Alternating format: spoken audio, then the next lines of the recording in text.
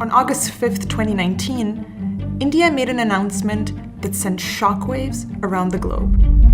उस दिन से अनुच्छेद 370 के सभी खंड लागू नहीं होंगे. The move stripped away Indian-administered Kashmir's special autonomy. At stake was the future of one of the world's most disputed regions.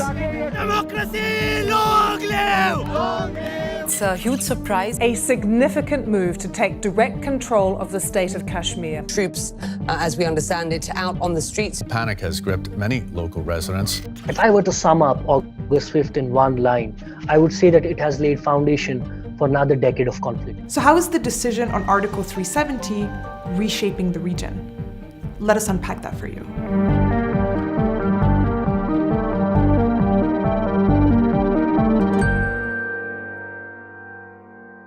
Kashmir has been a major international story for decades, and the region's location makes it clear why.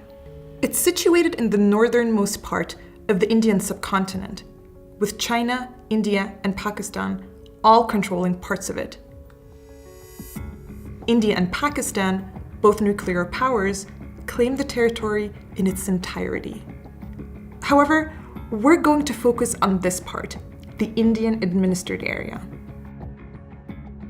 What Article 370 of India's constitution did is give it, India's only Muslim-majority state, a special semi-autonomous status.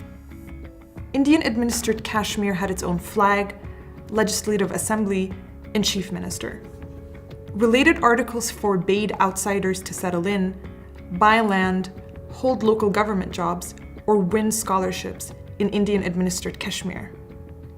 Meant that Kashmir is for Kashmiris. So thinking about Article 370 and the reason it existed, we can say to recognize the nationalism of Kashmiri people. And that struggle to have Kashmiri nationalism recognized has deep historical roots. Under British rule, the entire region was known as the princely state of Jammu and Kashmir. It had a Muslim-majority population and a Hindu ruler. In 1947, colonial rule ended. But before the British left, they partitioned India into two countries. Nominally secular, but Hindu-majority India and Muslim-majority Pakistan were born.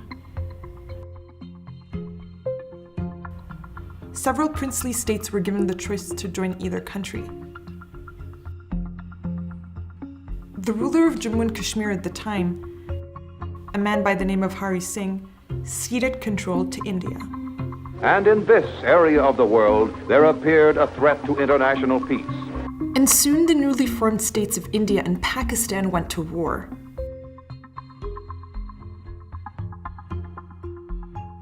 What we now often refer to simply as the Kashmir conflict had begun.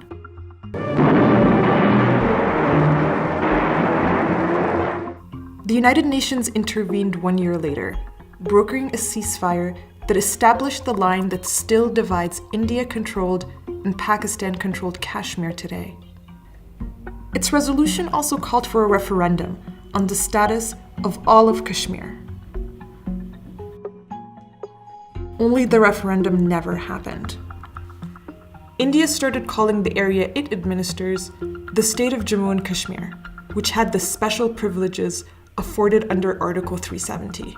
Even though those privileges were eroded in many ways over the decades, Article 370 still offered Kashmiris a critical legal standing in the eyes of the Indian government.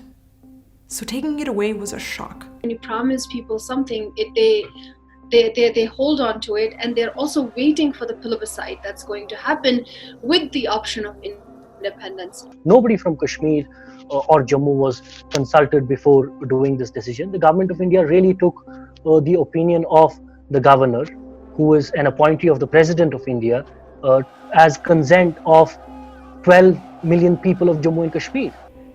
Delhi then divided Indian-administered Kashmir into two separate territories directly under the central government's control. And one result of that has been subjecting it to the same property and residence laws as the rest of India. Kashmiri Muslims fear this could spell out the end of their Muslim majority in the region. If we were to kind of list 3 different fears that Kashmiris have, I would say demographic change, because that leads to everything. People out here are really convinced that the government of India is out there to change the demography of the state. And the government hasn't really come out to deny these allegations or to kind of, put to rest the fears of the people. There are also fears that economic resources are being siphoned out of the region. What has happened is that the government contracts are going to people outside the state. And that's really bringing in a lot of uncertainty and fear in the minds of businessmen as well. Because if you have a situation where the local people are not able to exercise or do their businesses in a right manner, when the outsiders come with deep pockets, a heavy investment, with a lot of cash, they're able to monopolize and throw locals out of the business. Meanwhile, ending Article 370 has brought with it a serious clampdown on residents in Indian-administered Kashmir, where over 500,000 security personnel were already stationed. There was a region-wide internet blackout. It's still partially in place. Indian-administered Kashmir, meanwhile, remains in lockdown. All communication lines now suspended. No internet, day and night. Curfew. During the lockdown, the United Nations Special Rapporteurs expressed grave concern over alleged excessive use of force, ill treatment during arrests and detentions. Several local politicians were arrested, and some are seeing changes in attitudes on the ground. Young political activists who are my friends, who showed a lot of, hope, who were progressive, who wanted peace. Today, they're totally alienated and have switched to a discourse which is totally separatist. They see a legitimacy in the voice of separatists. They see a legitimacy in the voice of militants, which in my opinion is going to be very dangerous.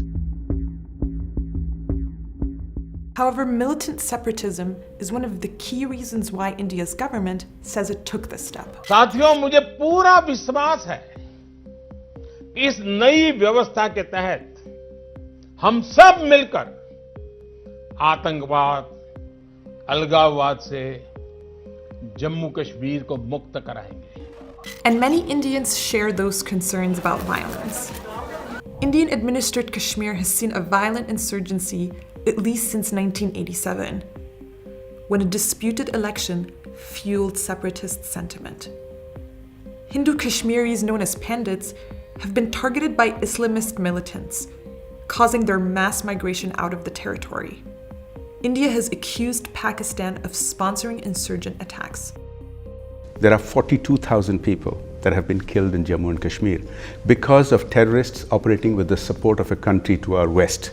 And this doesn't get adequate attention.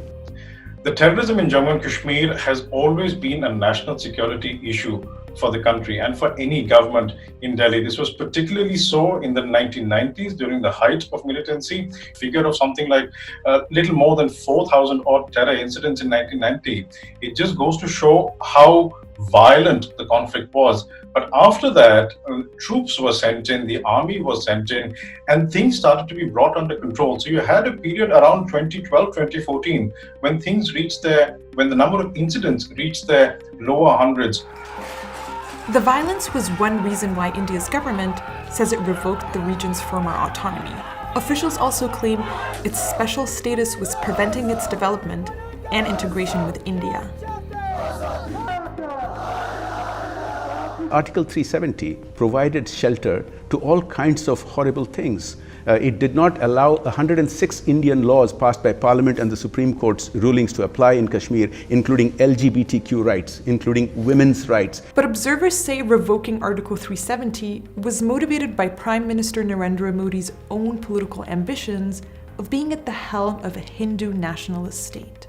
In fact, it was one of the main campaign promises of his party, the Hindu nationalist Bharatiya Janata Party, in 2019.